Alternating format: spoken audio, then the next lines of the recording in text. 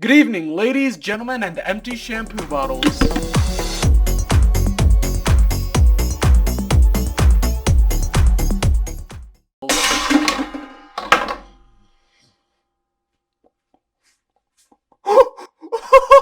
Now, I don't know about you guys, but I'm a fan of just objectively bad movies. For example, my personal favorite is the movie Jason X, which is Friday the 13th, but it's in space for some reason. Jason Voorhees, that's what's going on! I don't know who thought that was a good idea, but they were absolutely correct. Normally on Halloween, I would go trick-or-treating with one of my shortest friends, just to make it look like I was babysitting, instead of some creepy man-child who just wanted some candy. This year, however, I decided to stay indoors and just watch as many bad horror movies as physically possible before I felt I needed to vomit. And that was how I discovered this gem.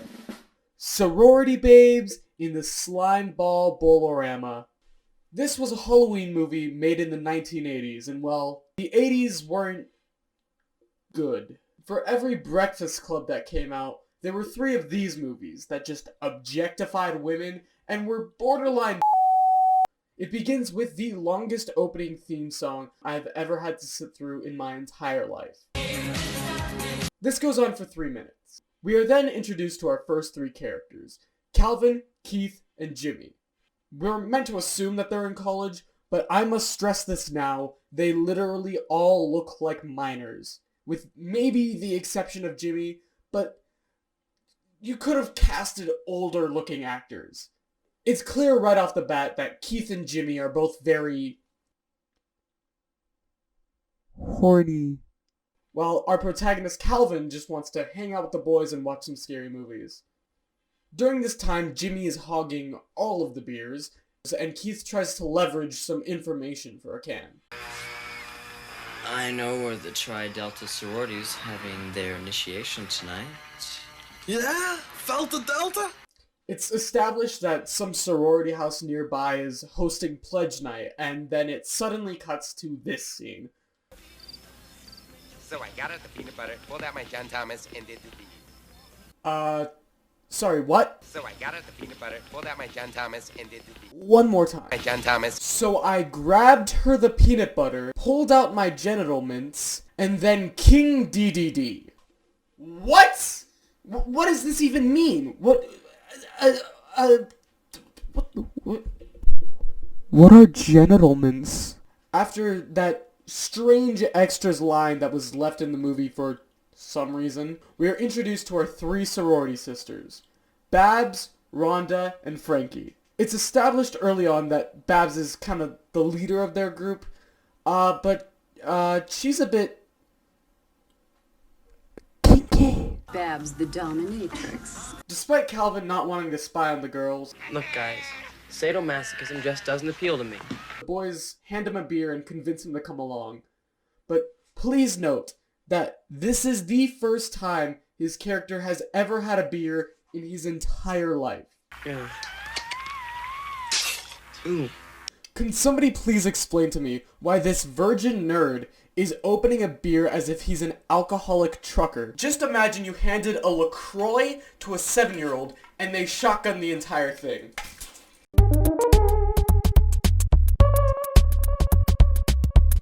Oh no, that got on the roof. Needless to say, the boys show up at the sorority and Calvin is just completely wasted. What is your problem? I can't believe it. He's drunk on 1 beer. I'm not drunk. Here we are introduced to Taffy and Lisa, the 2 new pledges to this esteemed sorority, which for some reason only has 3 other members. Babs walks into the room and claims that speaking during the initiation is some sort of infraction worthy of punishment, and smacks Taffy and Lisa with a paddle.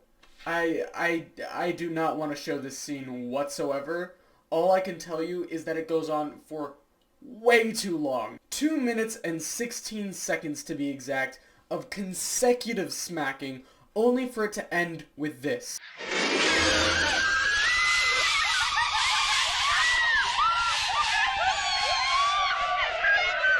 The girls get murdered. That is the only explanation as to why they would play such a dramatic sound cue for that whipped cream scene. They are dead.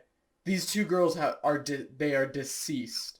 They are no longer living because they got a whipped cream on them. Also, Calvin is having a seizure the entire time.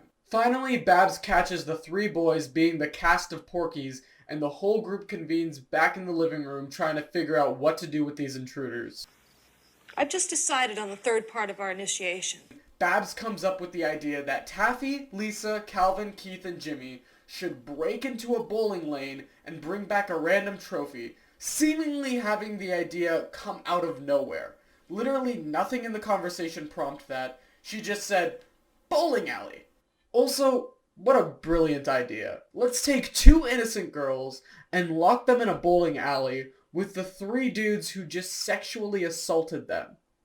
What could go wrong? Calvin is suddenly sober and leaves with the guys and two girls close behind, as Babs describes her evil plan to also break into the bowling alley just to scare them. Yeah, that's it. That's the entire plan. Breaking and entering, saying the word boo.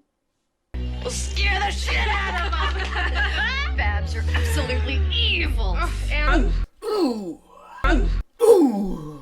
Our five characters travel via convertible, an arguably fast car, to the bowling alley. And Calvin is just suddenly drunk again. More so than he was 30 minutes ago, simply because in each of his scenes, the actor could not decide whether or not he should be drunk. Our five criminals finally show up at the bowling alley and decide to split up to look for the trophy, but not before hearing some completely inaudible lines from Jimmy.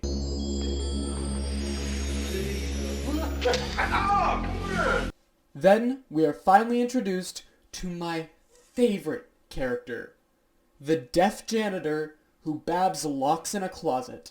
Dang, how'd that happen? Maybe I let the window out there and needs a draft or something. Whoa, dang. Well, gotta get out of here.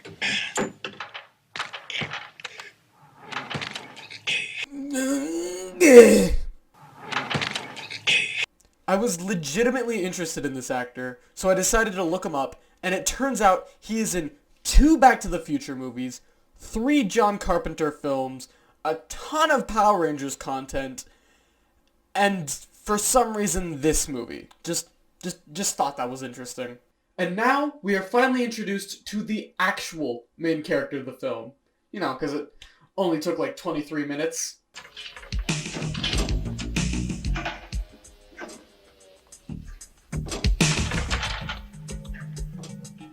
Hi, you come here often? Jesus Christ. Sorry, I didn't mean to startle you. Oh, hi. I'm here to murder you. That's cool. Do you come here often?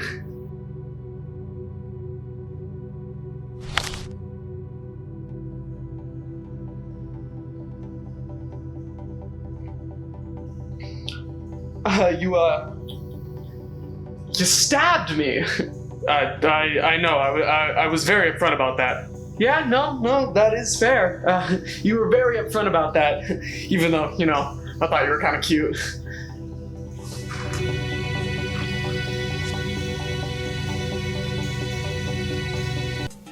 Calvin, is this a friend of yours? Sort of. Yeah, dream on, Toad. It's established pretty quickly that this new character is meant to be the school bully type, with her sarcastic remarks and various crimes. And it seems Calvin sees this bad girl and thinks he can change her for the better. Finally, the group finds the trophy, and with the help of Calvin's new friend, they steal it right off the shelf.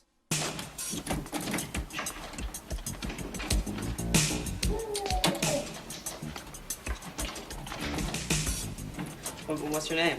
Spider. That's neat. What's your real name? Spider. Oh. Come on. Yeah. No one's parents that name him Spider. I don't have any parents. Oh. Sorry. So, as I bleed out to death on the floor, what's your name? Hysterectomy. Nobody's parents would name them that.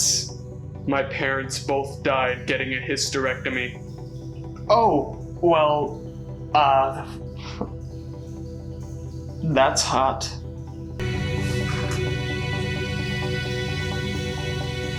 Now get out of here and leave me alone, or I'll stuff this trophy so far up that boy's ass you'll see it every time he opens his mouth. Well, let's go. Calvin?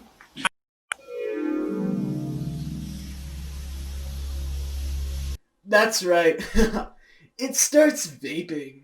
Suddenly, one of the gargoyles from Hunchback of Notre Dame emerges from the trophy and places himself on one of the arcade machines. Old Uncle Limpy is just a little bit cranky. No fun being locked up like that, especially in a bowling trophy. So, Uncle Impy decides that he's going to grant everyone one wish.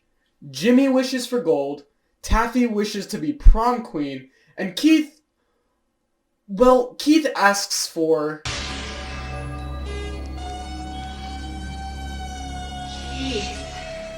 Hear me when I say that I literally hate all of the characters from this movie.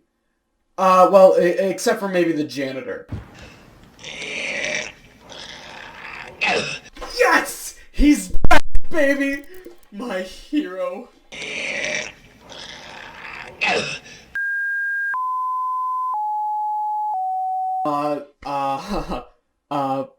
My boy, you cannot, you can't say any of those words.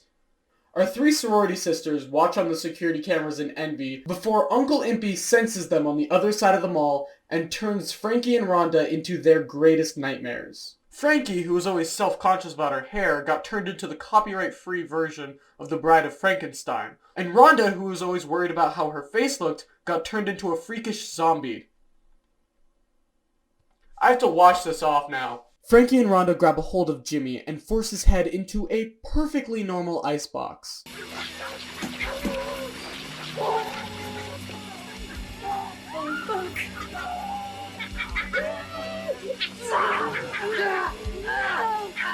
How? What is wrong with the ice that it makes Jimmy's face so bloody?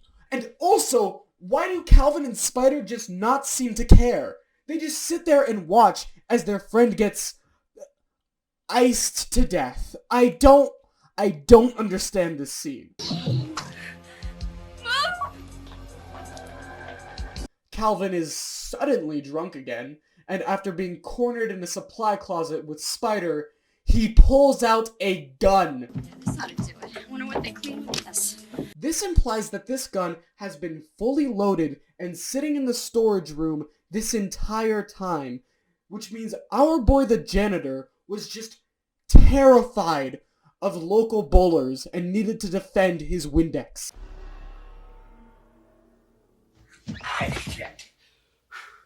Now that my boy the janitor is freed from his dreaded confines, he is able to deliver the best line in the entire movie.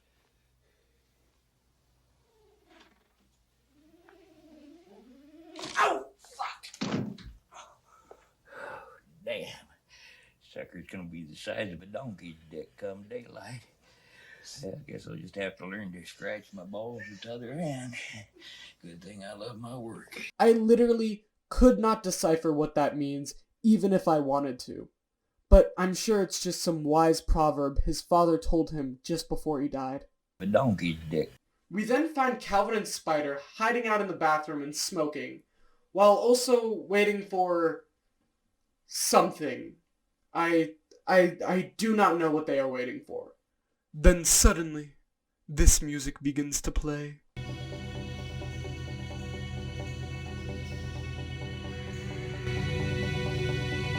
Despite Spider being significantly older than Calvin appears to be, the editors decided to play this stereotypical 80s love song music, which means that this criminal is most definitely falling for a minor. Babs locks herself in the back room, only to be found by Uncle Impy, who provides a massive exposition dump. And he explains that he's a demon. That's it. He takes a full 5 minutes to explain that he's a demon, and he likes doing demon things. She's dead! Did you hear that? hate you. What do I care? You're gonna take her place.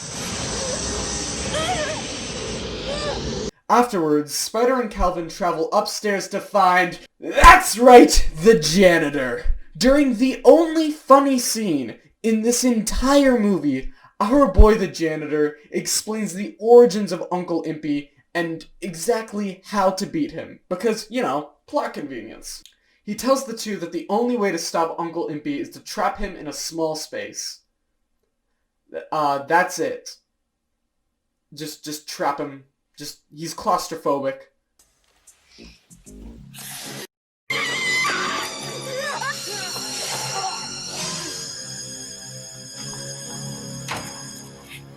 Oh, goddamn she-demons, I hate them. Oh. Shut up. Hey, I saw a first aid kit in the storage room.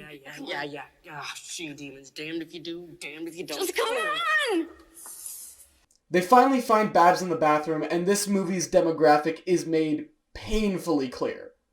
As Spider in her ripped-up t-shirt and Babs in her demon dominatrix demonatrix. Oh, I gotta cut that. That was... As Spider in her ripped-up t-shirt and Babs in her demon dominatrix outfit fight for way too long. Also, Babs just slaps Calvin. I don't even think that was acting. I think she legitimately slapped him. His glasses went flying. Get it.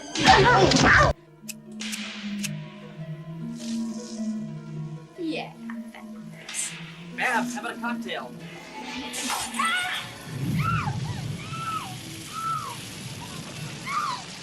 Fun fact, when you light a demon dominatrix on fire, they turn into a grown man dressed in a fire-retardant suit.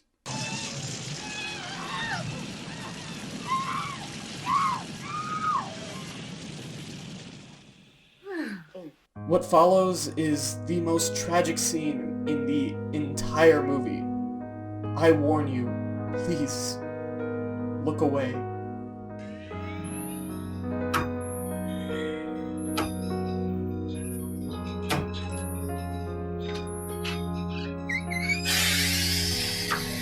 Goddamn that fucking him!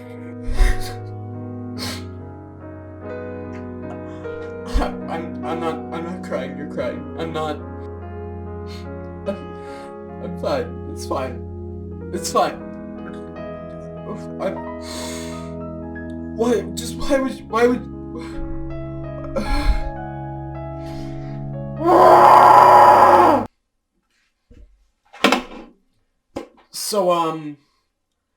So it's the next day. I took some time to think things over. I was too emotionally distraught to keep filming after that tragic scene. But I took some time to myself. Lots of hard drugs.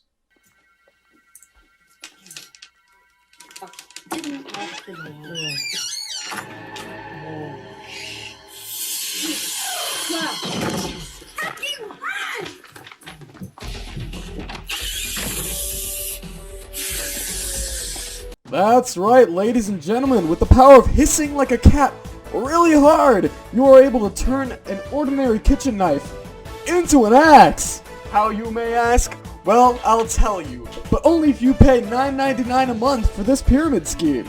Spider manages to take the axe from Frankie, and the two use her severed head to open the door? I don't know how this works, and I don't care. The movie is almost over.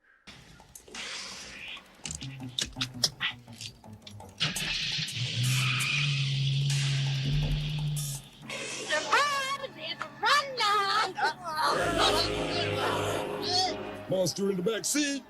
Yo, let's drink in the book. Okay, 1. How did Rhonda get out of the mall? 2. How did she get into Jimmy's car? 3. How does Calvin have Jimmy's car keys? 4. Why is Calvin driving? Isn't he super, somewhat, maybe sometimes drunk? And 5. How does Uncle Impy know all of this is going on if he is still locked inside of the mall?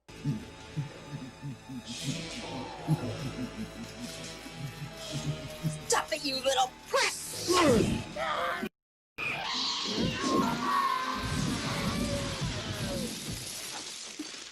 Spider rescues Calvin from the crash, it suddenly turns to daylight, and Calvin drives off on the back of Spider's motorcycle, completely unmoved by the fact that literally all of his friends just died, simply because that stereotypical 80s romance music is starting to fade in and all their deaths mean nothing. Where you going? Come on, don't leave me here. Let me out of here. Get me out of this scared. I'll be good little him. I promise I will. Don't leave me here. So dark and dank and musty. Smells like tobacco. I'll be good. I promise. I'll be a good little Uncle Impy.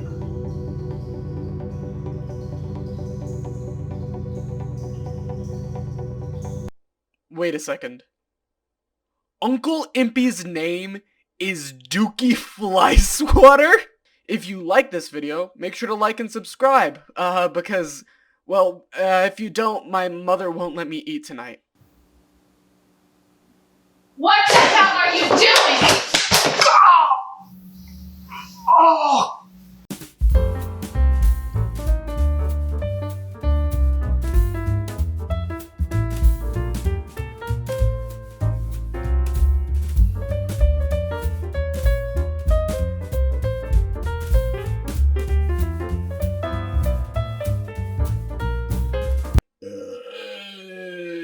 Pregnancy.